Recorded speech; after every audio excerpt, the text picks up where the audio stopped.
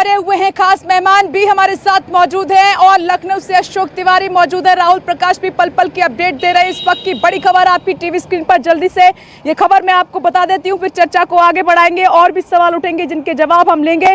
हाथरस को लेकर हिंसा फैलाने की बड़ी साजिश का खुलासा हुआ है। यूपी पुलिस ने मथुरा से पॉपुलर फ्रंट ऑफ इंडिया यानी कि पीएफआई के 4 सदस्यों को गिरफ्तार कर लिया है। पुलिस का दावा है कि चारों आरोपी हिंसा फैलाने के लिए दिल्ली से हाथरस जा रहे थे। दावा यह भी किया जा रहा है कि चारों आरोपी हाथरस कांड को लेकर यूपी में जातीय और सांप्रदायिक हिंसा फैलाने की साजिश रच रहे थे। गिरफ्तार आरोपियों में से एक मुल्लापुरन का रहने वाला है, जबकि बाकी तीनों यूपी, मुजफ्फरपुर, बहराइच और रामपुर के रहने वाले बताए जा रहे हैं। पुलिस ने इन चारों के पास से मोबाइल, लैपटॉप और संदिग्ध साहित्य बरामद किया है। आपको यह भी बता दें कि कल ही यूपी सरकार ने दावा किया था हाथरस को लेकर प्रदेश में हिंसा फैलाने की साजिश रची जा रही है। इसके लिए रातों रात कई वेबसाइट भी बनाई गई थी जिसमें हिंसा करने को लेकर लोगों को उकसाया गया था। यहां तक कि हिंसा को अंजाम देने के तरीके भी सिखाए गए थे। इस खुलासे के बाद ही यूपी पुलिस चौकन्नी हुई थी। दरअसल मथुरा में गाड़ियों की चेकिंग की जा रही थी और इसी दौरान ये चारों दिल्ली नंबर प्लेट की गाड़ी से चेकिंग पॉइंट पर पहुंचे। फिलहाल पुलिस इन चारों संदिग्धों से पूछताछ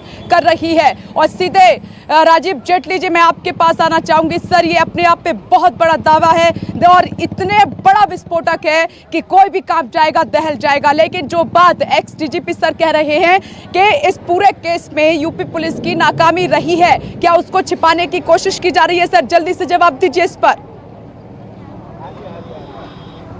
बिल्कुल नहीं, देखिए यूपी पुलिस की बात मैं नहीं कहना चाहता, लेकिन मैं आपको ये बताना चाहता हूं कि जो भी वहां पर घटना घटी, उस घटना के बाद जो जो कार्य किए गए उसके ऊपर पूरा संज्ञान लिया गया। और जो दावा किया जा रहा है पुलिस द्वारा, डिस्ट्रिक्ट एडमिनिस्ट्रेशन द्वारा, कि जब उस बच्ची का अंतिम संस्कार किया गया था उस वक्त उसके परिजन वहां पर मौजूद थे, ये दावा किया जा रहा है और कुछ वीडियो भी उसके ऊपर जारी किए गए। लेकिन आप ये देखिए, थोड़ी देर पहले जो इल्जाम लगाया जा रहा था कि इसमें कुछ निकलने वाला नहीं है, पीएफआई तो छोड़िए, अब देखिए कांग्रेस के पूर्व पार्षद पोस्टर चिपकाते हुए नजर आए कि नहीं आए लखनऊ के अंदर। पुलिस ने जब उन्हें पकड़ा तो उन्होंने पुलिस के ऊपर गाड़ी चढ़ा दी, पुलिस वालों को उन्होंने घायल कर दी।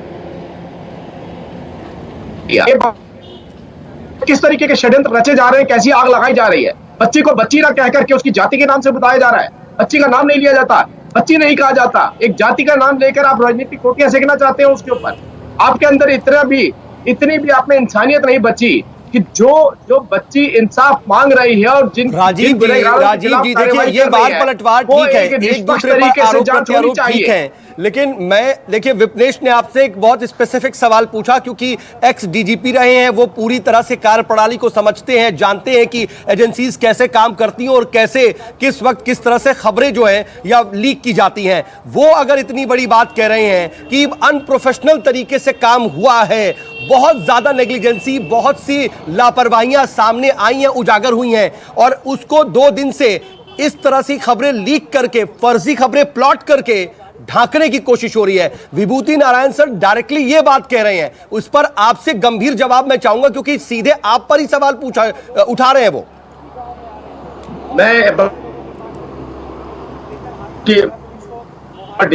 डीजीपी डीआईजी रहे हैं वो, उन्होंने एक इल्जाम लगाया कि फर्जी खबरें चलाई जा रही हैं और जो आपने पकड़ा उसकी धज्जियां उड़ जाएगी मात्र 4-5 दिन के अंदर।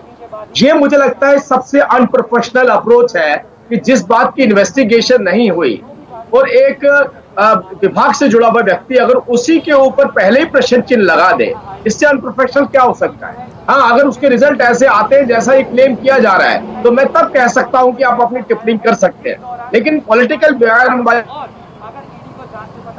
अगर आप अपनी रखेंगे तो। सर, एक मिनट यहाँ पर मैं रोकना चाहूंगी। इस बीच एक बड़ी खबर सामने निकल कर आ रही है कि इस पूरे मामले में ईडी की टीम भी एक्शन में आ गई है, ईडी भी अलर्ट मोड पर आ गई है। जिस तरीके से इस पूरे मामले में 7 समंदर पार से फंडिंग की बात सामने आई, तो इस पूरे मामले पर अभी ईडी ने संज्ञान ले लिया है कि पूरी साजिश रची गई दंगा भड़काने के लिए, जातीय हिंसा फैलाने के लिए, और इसके लिए बाकायदा फंडिंग की गई है, इसमें ट्रेनिंग दी गई है लोगों को और तमाम वो प्लानिंग प्लॉटिंग की गई ताकि किसी को शक ना हो।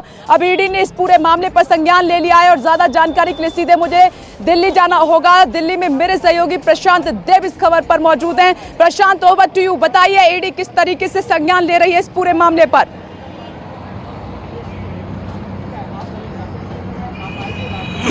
देखिए, जो जानकारी मिली है सूत्रों के हवाले से जानकारी आई है हमारे पास, उसमें जैसे ही यूपी पुलिस को इस बात की जानकारी मिली, इस बात के इनपुट्स मिले कि इसमें फंडिंग हुई है और बहुत योजनाबद्ध तरीके से तमाम चीज़ों को भड़काने में अंजाम दिया गया है, तो ऐसे में जो एक सेट प्रोसीजर है, जो जानकारी मिली है कि यूपी पुलिस ने प्रवर्तन निदेशालय से संपर्क किया है और प्रवर्तन निदेशालय इस मामले में अब आगे जांच बढ़ाएगी। मैं बता दूं कि पहले भी पीएफआई या एसडीपीआई के खिलाफ ईडी ने जांच की हुई है दूसरे मामलों में, और अब ये जो है जानकारी ये भी मिल रही है कि केंद्र सरकार की ओर से भी इसमें एक बड़ी कार्रवाई का क्या एक्शन हो सकता है, क्योंकि लगातार चाहे देश में कहीं भी इस तरह की भगदड़, इस तरह के दंगे, इस तरह की गड़बड़ियां हो रही हैं, उसमें कहीं न कहीं पीएफआई का हाथ सामने आ रहा है। चाहे दिल्ली दंगे की बात हो, उसमें चार्जशीट में कहा गया है आधिकारिक तौर पे पीएफआई इसमें शामिल था।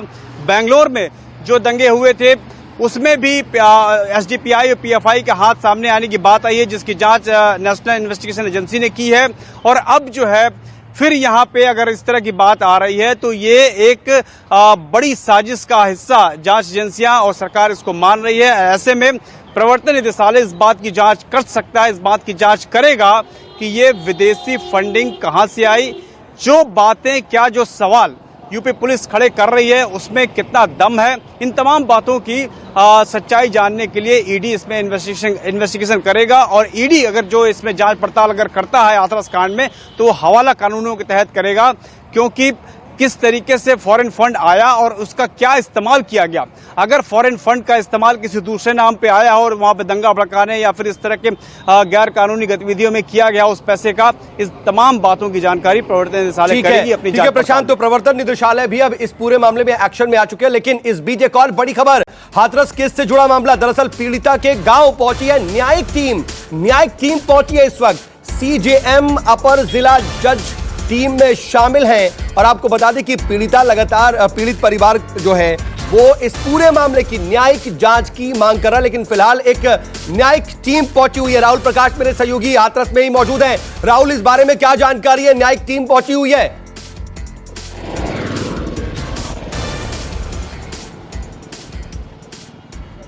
देखिए, जो न्यायिक टीम यहाँ पहुंची थी एसआईटी टीम के साथ, जिसमें अपर जिला जज और सीजीएम मौजूद थे, जो कुछ ही देर पहले यहाँ से निकल चुके हैं, जिनका साफ तौर पे वहाँ जाना ये साफ करता है कि जो कुछ कड़ियाँ रह गई हैं उन कड़ियों को जोड़ने की कोशिश की जा रही है, उनसे तमाम वो सीक्वेंस समझा जा रहा है, क्योंकि पीड़ित परिवार के पास ये तीसरा दौर है जब एसआईटी टीम पहुंची है, क्योंकि आरोपी पक्ष से भी पूछताछ हो चुकी है। यानी जो बयानों का दर्ज किया जाना था उसमें अगर उन्हें विरोधाभास लगता है या तमाम जो सीक्वेंस रहता है उसमें कोई कमी पेशी रहती है, तो उसके लिए तमाम जो एविडेंस है वो भी कलेक्ट करना होता है। हालांकि आज अपर जिला जज और न्यायिक जज जो वहां पहुंचे हैं, सीजेएम जो पहुंचे हैं, उसका मतलब यही है कि जो सीआरपीसी के तहत जो बयान दर्ज होते हैं वो भी बयान दर्ज किए जाएंगे, और उनके अगर जो वो सक्षम नहीं है बाहर जाने के लिए, जिस तरीके से घर पर आके टीम जांच कर रही है, तो उनके बयान दर्ज हुए हैं, और जिस तरीके से एक पूरा सीक्वेंस रहा है उसको कंक्लूड किया होगा, और माना यह जा रहा है कि अगर दोबारा मौका मिला तो दोबारा टीम यहाँ आएगी। लेकिन राहुल, क्या जानकारी मिल पा रही, कितनी देर तक न्यायिक टीम वहां पर रही और क्या कुछ पूछताछ हुई, घर वालों के क्या बयान दर्ज किए गए उनके सामने, क्या कुछ हुआ इस दौरान?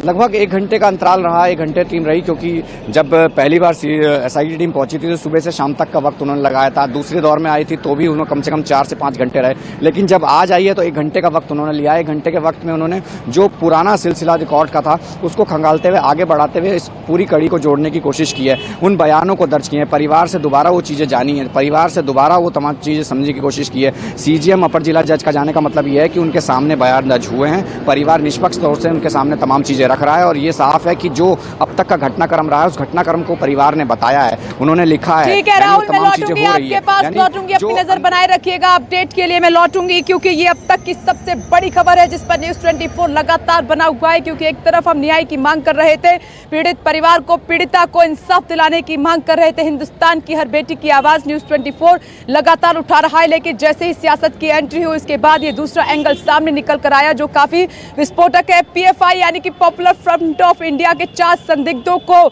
यूपी पुलिस ने गिरफ्तार कर लिया है, जो कि यूपी में हाथरस में दंगा फैलाने की साजिश कर रहे थे, इसकी प्लानिंग कर रहे थे। अब उनसे लगातार पूछताछ जारी है। बुबितु सर, मैं आपके पास आ रही हूँ सीधे। सर, मैं ये जवाब आपसे जानना चाहती हूँ क्योंकि आपके पास तजुर्बा है, आपने बहुत करीब से ऐसे मामलों को देखा है। क्या सर इस तरीके से जब लड़ाई लड़ी जाती है तो क्या वाकई में कुछ ऐसे संगठन हैं, कुछ ऐसे लोग हैं जो पूरी मुहिम को बदनाम करने की कोशिश करते हैं?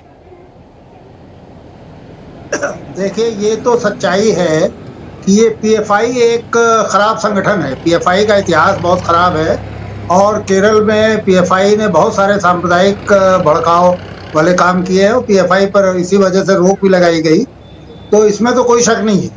लेकिन जितनी आसानी से इस फैसले पे पहुंचे हैं हम लोग, जितनी आसानी से 2-3 मोबाइल और 1 लैपटॉप किसी के पास से बरामद हो गया और ये शोर शुरू हो गया कि इसका एक अंतर्राष्ट्रीय कोई लिंक है, कोई षड्यंत्र किया जा रहा है, ये उचित नहीं। ये नॉन प्रोफेशनल तरीका है और सिलेक्टिव लीक्स किए जा रहे हैं। मीडिया को थोड़ी थोड़ी चीज़ें दी जा रही हैं, ये नहीं बताया जा रहा कि क्यों शुरू से ही इसको अनप्रोफेशनल तरीके से हैंडल किया गया, क्यों नहीं पीड़िता को शुरू से ही न्याय मिला, उसकी एफआईआर दर्ज हुई, उसकी प्रॉपर मेडिकल उसको फैसिलिटी नहीं मिली। उस परिवार को लगातार, जो एक दलित परिवार है और एक अपर कास्ट लोगों के बीच में रह रहा है, उसे लगातार प्रताड़ित किया जा रहा था। उस पर पुलिस ने क्या किया? अभी जब आप सबको रोक रहे हैं, प्रेस को नहीं आने दे रहे हैं और किसी भी इंडिपेंडेंट इन्वेस्टिगेटर को नहीं आने दे रहे हैं, वहाँ जातीय संगठन वहाँ पंचायतें कर रहे हैं, उसकी इजाजत है, वो उनको धमका सकते हैं, वो उनको डरा सकते हैं। तो ये सारा का सारा बहुत ही अनप्रोफेशनल तरीके से हो रहा है। कायदे से तो ये जो तथाकथित जो षड्यंत्र है और जो दंगे की आग में झुलकाने का प्रयास है, ये सारी हास्यास्पद चीजों को ये सिलेक्टिव लीक्स करके ये संदिग्ध बना रहे हैं। पूरे तथ्य आप प्रेस के सामने लाएंगे नहीं तो आप क्यों छोटी छोटी लीक्स कर रहे हैं? अगर सचमुच आपके पास कोई प्रमाण है और तथ्य है तो आप उसका इन्वेस्टिगेशन कराइए, उसका जो एक कानूनी कार्रवाई का जो तरीका वो करिए।